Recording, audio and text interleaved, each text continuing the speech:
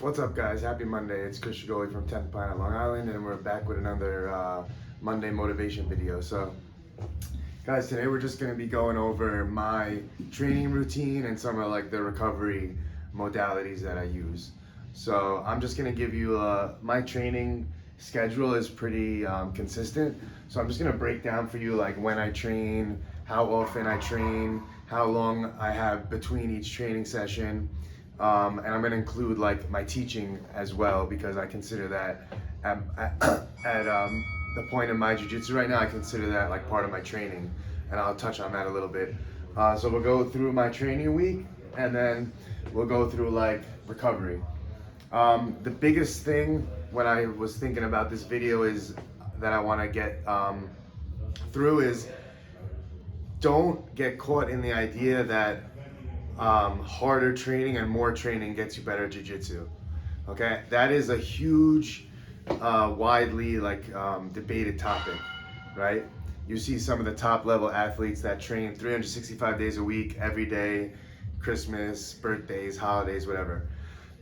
I definitely value spurts of that at times, whether it be like coming up for competition or just like reasons for health reasons. Like if I really want to like push my cardio, like more sessions, harder sessions, longer sessions.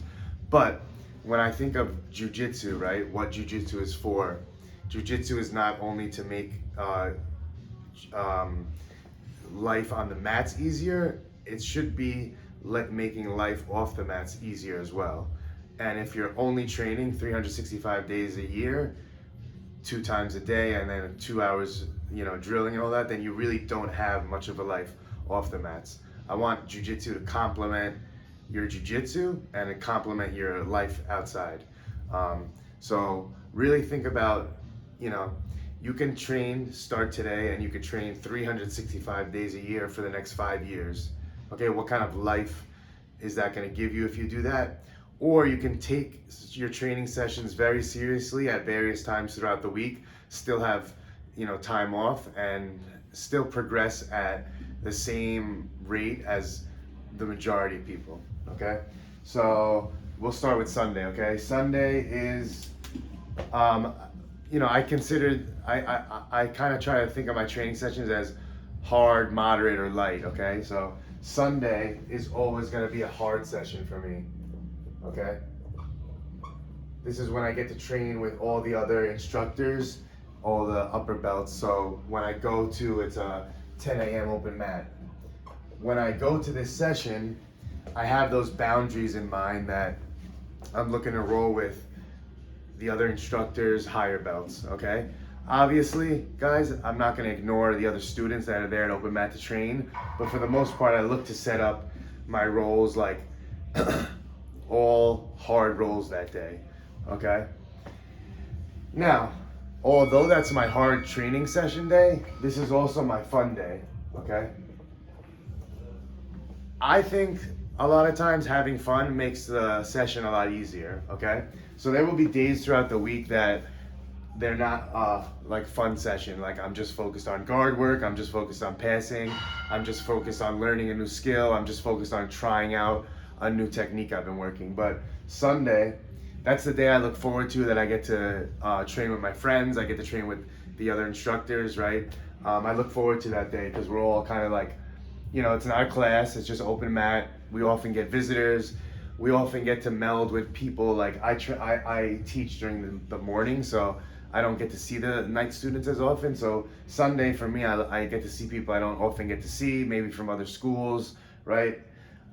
And like I said, I get to see like my friends. So although I'm making that hard session for myself, I make sure to have fun. Like I'm enjoying my time getting better with my teammates. So with that in mind, Sunday I know I'm going hard. I know I'm gonna be like really redlining. Aside from the 10 a.m., right, I also have 1 p.m. private session. So these are all things I take into account when I'm setting up my training schedule. So like open mats from like 10 to 11, I really wouldn't, for the most part, don't really like to set up a private the hour right before. I want to be like fully rested, just come in just for the 10 a.m. and get my session in.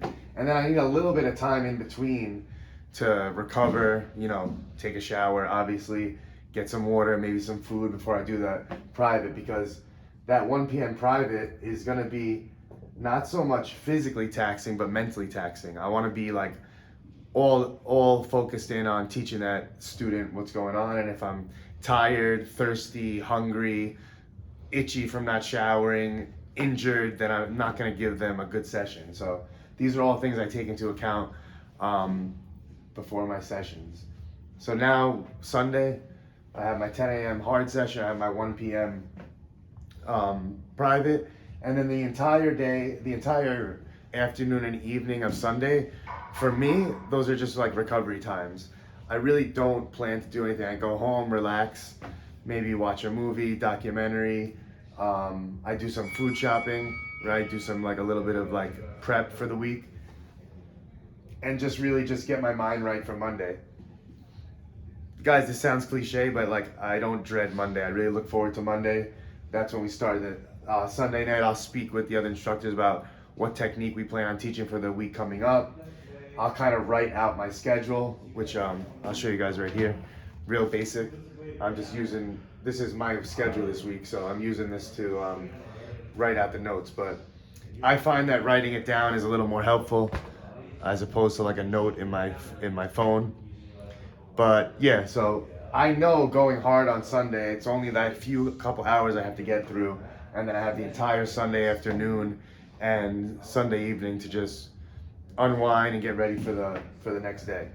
Now from Monday through Saturday, I'm going to be teaching at 6 a.m.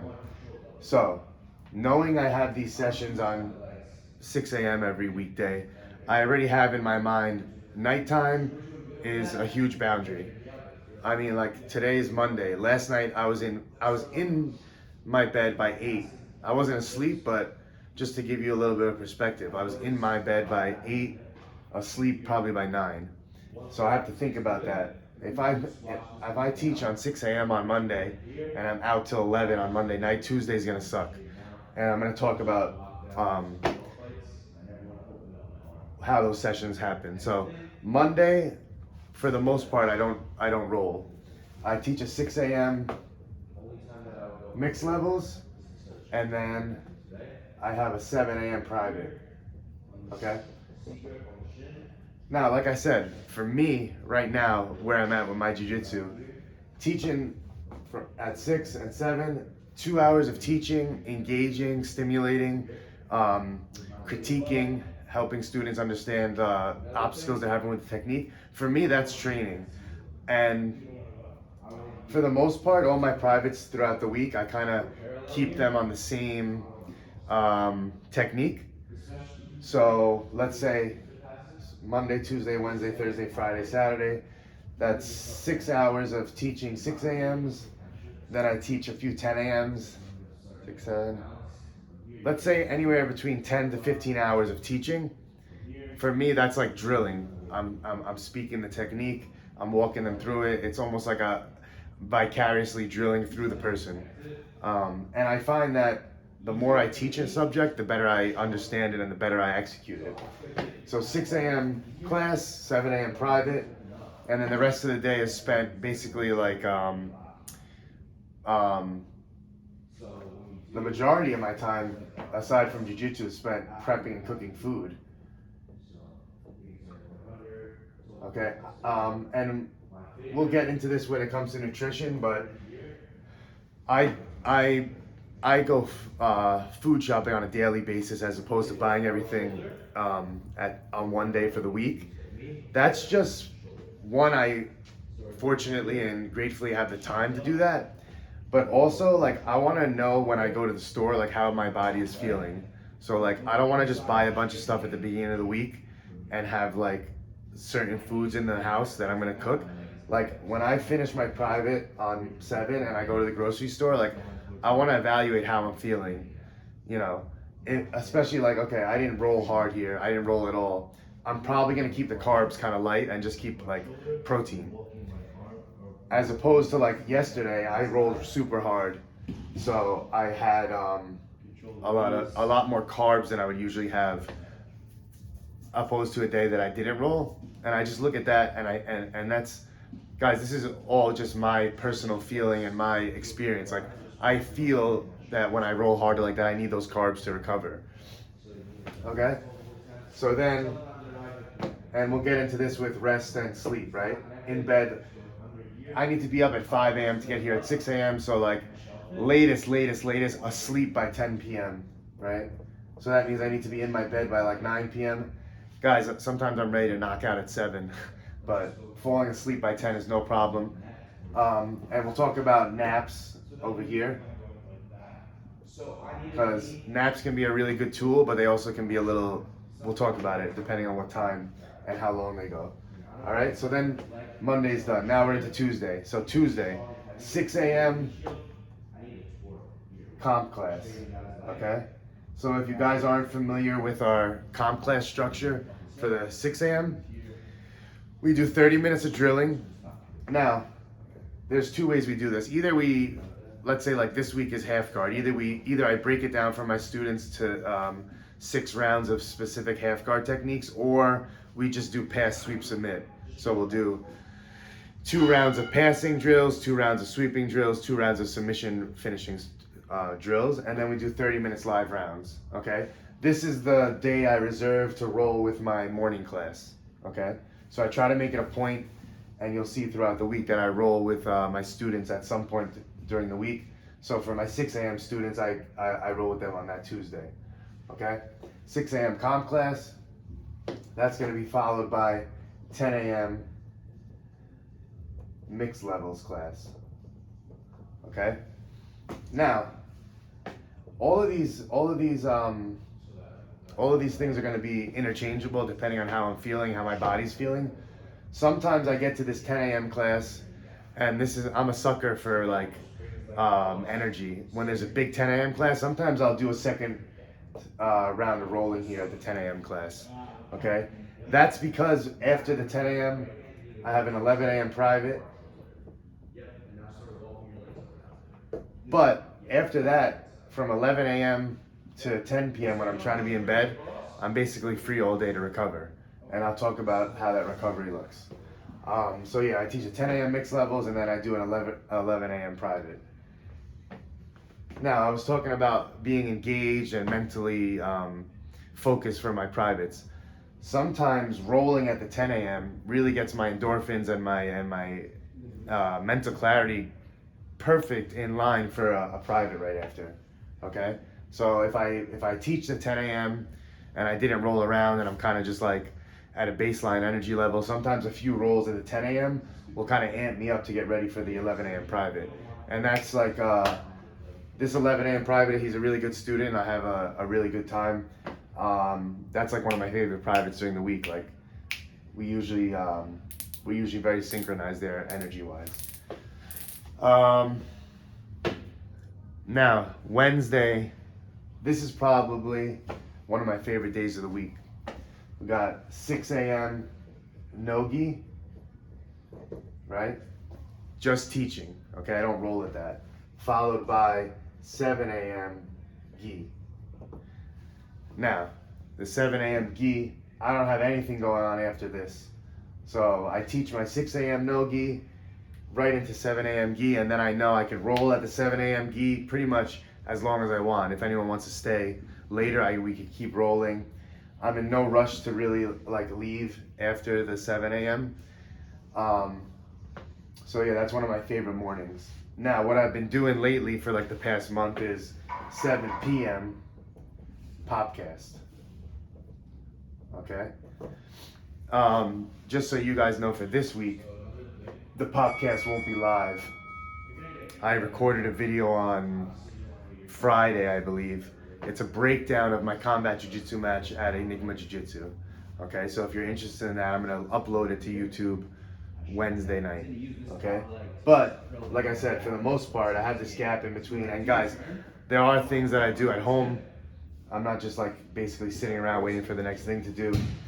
Between 7 and 7, I have like homeschooling, like I said, prepping and cooking food, shopping for food, things around the house. So these are all things I take into account. Like Wednesday might be a day when I have that big gap to take care of like laundry, right? To take care of like cleaning around the house, to take care of like if the kids want to have go hang out with their friends, I'll say, you know what, Wednesday's a good day for that. I have a little bit more flexibility, right? And that all goes back to mental health, right? I'm not gonna do Tuesday 6 a.m., 10 a.m., 11 a.m. and then try to go do something that requires like a lot of mental or like physical engagement. I'm just gonna be drained. So I have to, when I take those things into account, I think about like what my training's like that day. The training is my form of discipline, right? Those are the pockets, the pockets that I'm getting in my work, right? So I kind of like create my schedule around those hours. Podcast. I do that at home, so doesn't really require me to go anywhere. I do about under an hour for that, and then I'm back in the house. Thursday. Now we have 6 a.m. comm class again. Okay, 6 a.m. comm class, and then I have a 7 a.m. after that. Okay.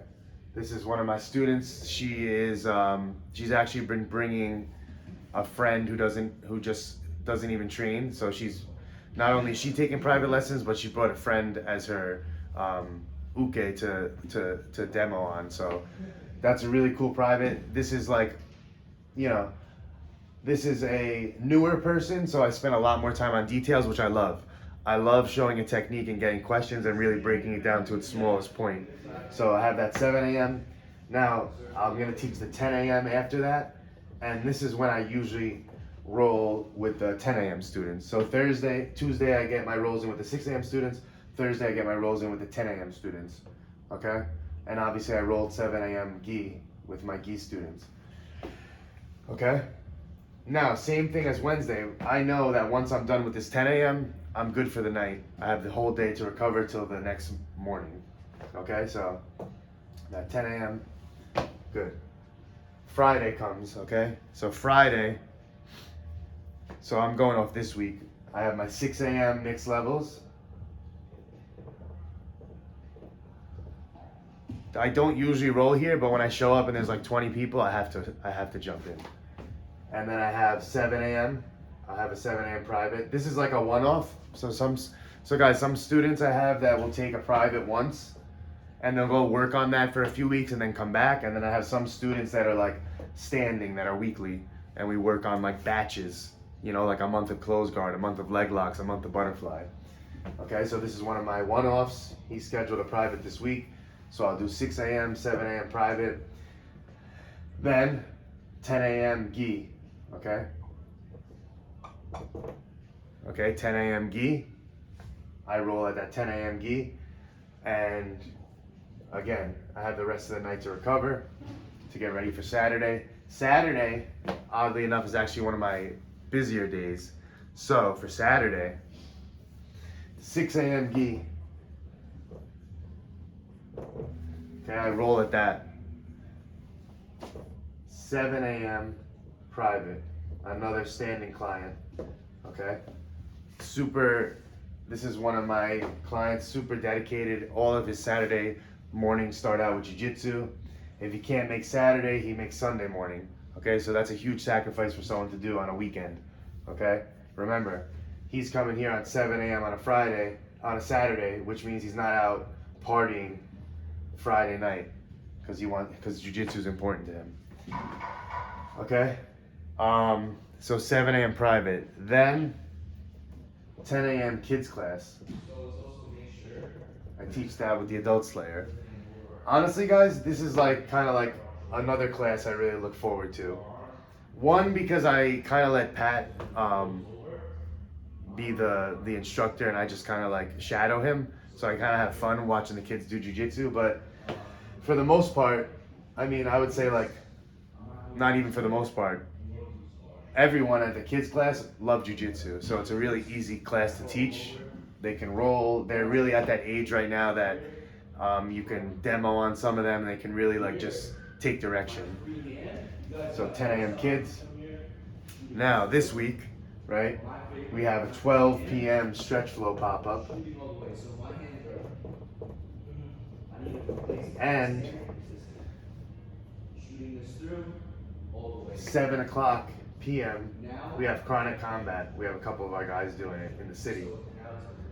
So guys, for this week, I look at my Saturday and I'm thinking, okay, my morning is packed, my afternoon is packed, and then I'm gonna be in Manhattan at 7 o'clock at night, okay? For the next Sunday, right, most likely I won't roll at the Sunday after this Saturday, just because I know I'm gonna be reaching my limit mentally, physically, and I don't want to push myself at an open mat session when the night before I was already pushing myself. Okay, so these are all things I take into account when I sit down and do my week. I don't wing it, right? I don't go and do this on Saturday and say, well, I'll see how I feel on Sunday morning if I want to roll or not. If I'm not gonna roll Sunday, I'm gonna try to like add in a few harder rolls during the week if I'm gonna miss that session. But I have to plan it out. I don't like to really, I need to have like stability and consistency in my training. I can't just wing it. Now, and guys, look at my schedule. Let's count up how many hours on a regular basis I roll. Let's say maybe Sunday, 1 hour and a half, half an hour on Tuesday, that's 2 hours, 1 hour on Wednesday, that's 3 hours, 1 hour, half an hour on Thursday, sorry, half hour Wednesday, half hour on Thursday, so that's 3 hours. Half an hour, I'm talking rolling, not, I don't count the entire hour as training. We're up to 3.5 hours. Saturday, 4 hours. So I'm really only doing 4 hours of live rolling a week. How many hours am I teaching? Let's see. 1, 2,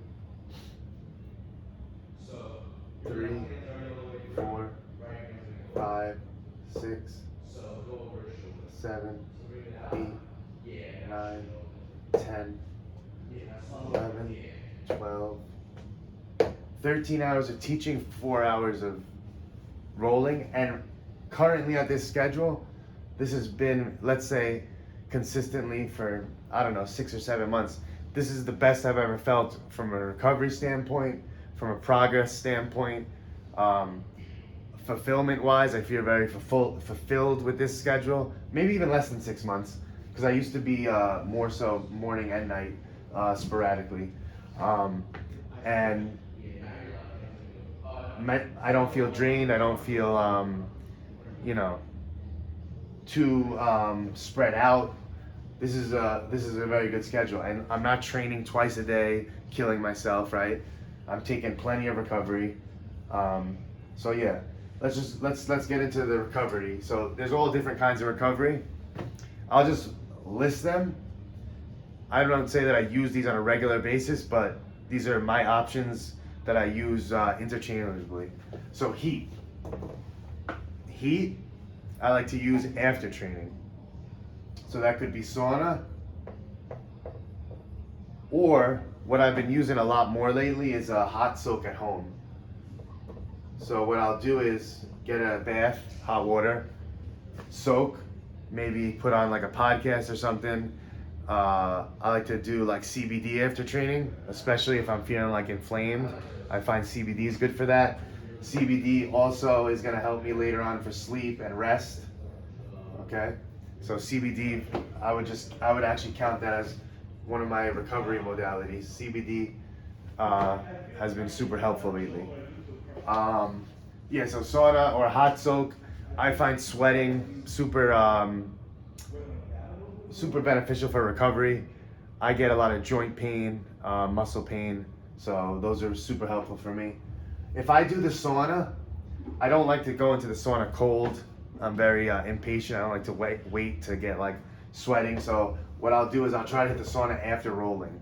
So I'm already sweating. I can just go in there and continue that sweat. And lately I've been trying to get a couple of guys to go with me just to make it a little easier to just get in there and like shoot the shit, not think about how long I'm in there.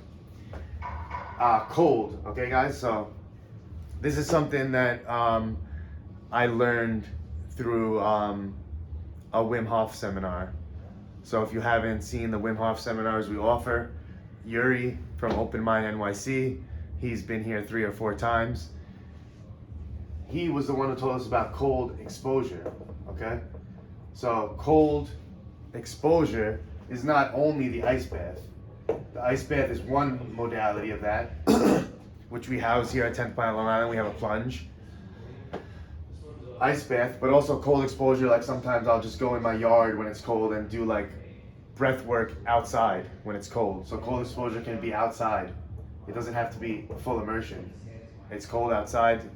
I sit outside for like however long I want to meditate for. Now guys, with the cold plunge, one cool thing we've been doing here at the gym is we used to do 2 to 3 minutes in 34 degree ice bath. Now we've put the ice bath up to 55 degrees and we do 12 to 15 minutes instead. And that's just a matter of what's more tolerable. Do you want to try for the 2-3 minutes and hop in and hop out and say it's too cold, or take a little bit of a longer time inside, not as cold, but same benefits, but you have to dedicate a little more time to it, okay? So that's cold. Now guys, sleep, right? Sleep, I would say in the last 6 to 12 months has been a huge focus of mine, and probably the biggest benefit I've got of recovery is focusing on my sleep. And I've said this in my previous videos, but just having discipline when it's time to unwind and lay down and go to sleep. Okay, so guys, this is your sleep. Okay, this is when you're recovering.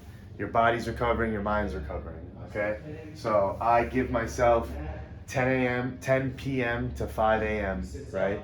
So that's about 7 hours. If I get to sleep before that, even better, 8 hours. Now, you can oversleep, okay? This oversleep usually happens to me between Saturday and Sunday because I don't have to be up for 6 a.m. So sometimes I'm ready to go to sleep at the same time I am during the week, but I don't have to be up as early. So a lot of times I'll be in bed 10 p.m., but I get up at like 7 or 8 a.m. on a Sunday, and you would think, oh wow, you must be really rested. No, you can actually oversleep and then you feel groggy the whole day. So although it's hard, the best way is just get up at the same time every day. Go to sleep at the same time, get up at the same time. But map those hours out, right? If I'm saying I'm gonna be in bed from 10 p.m. to 5 a.m., I can't scroll on my phone till 9:59, put my phone down and think I'm gonna fall asleep at 10 p.m. I need to get the phone down, I would say like 2 hours before, so my brain is not stimulated. The best thing I've found for falling asleep is, 1 is reading before bed, 2 is something audio, right? For me, sometimes when I'm laying down, I'm thinking about 1,000 different things. I'll be thinking about a sogi 3 months from now and what kind of snacks I need for the competitors who are there waiting. You know, like things that have no bearing on tomorrow. So sometimes I'll put on either an interview, ASMR. I like camping ASMR, or thunder, black screen with thunder. The one thing I do make sure to do is to take the screen brightness all the way down, because I don't want that messing with me when I'm trying to get to sleep. But yeah, really figure out what time you're getting up, and then obviously just reverse engineer how many hours and what time you need to be in bed by. Now, talking about sleep, rest. So I keep those two separate, right? Because sleep and rest. Rest can be 2 things. 1 is a nap, okay? Now, the thing I learned from me with naps is anything after 2 p.m. is no good, okay? If I take a nap, it has to be earlier in the day, and it has to be short, between like 20 and 30 minutes. If it goes on for like an hour or 2, then I consider that sleep. If I sleep 2 hours during the day, then that's gonna definitely prevent me from falling asleep at night, 100% every time. So most of the time I take a nap will be when I'm training. In between the 6 a.m. and the 10 a.m., I try to get some kind of a 20-minute nap in between, okay? In between those hours. Now, I call this rest because sometimes it's not a nap. Sometimes it's just rest, which means doing nothing. Laying on the couch, watching something on YouTube that isn't like, doesn't require my full attention, just like kind of like background noise. 20 to 30 minutes of that. Okay, so it could be either or. Okay. Nutrition. Guys, if you really want to make your training meaningless, then just eat whatever you want. I can train twice a day sometimes because of my nutrition and my sleep. If I'm tired and I ate like crap, I'm inflamed, I'm not rolling even once sometimes. Sometimes an error in diet can mess up my training even for that one training session. So I base my nutrition on my training schedule. So like I said before, if I don't roll, I'm keeping it a lot lighter, right? A lot less carbs, a lot more easily digestible things. If I train hard, I just up the calories, guys. For me, I don't really, there's really no science to it. The only science that I put to it is,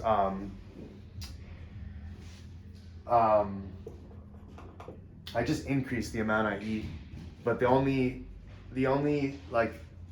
rule, let's say I have is that I've been doing lately is protein and fruit, and I try to keep it to like the same thing all the time.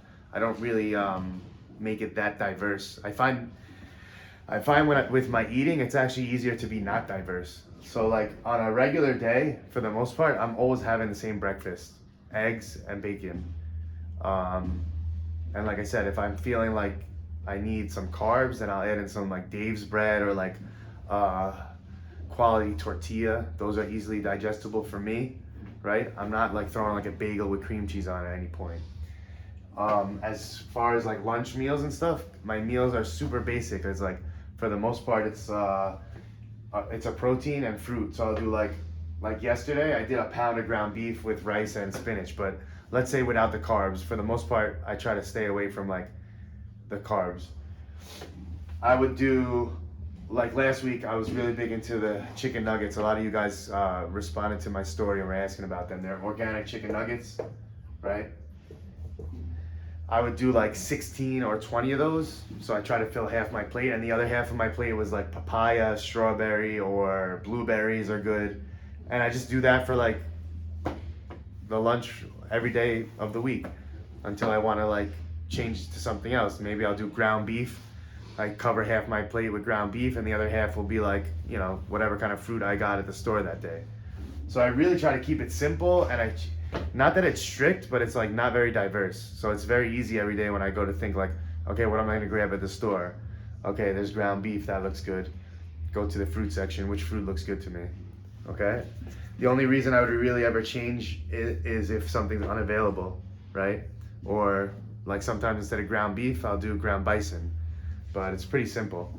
That's the easiest way I find to maintain a healthy eating routine. We're gonna rest. Now the mental, guys. So these are easy, right? We have meditation.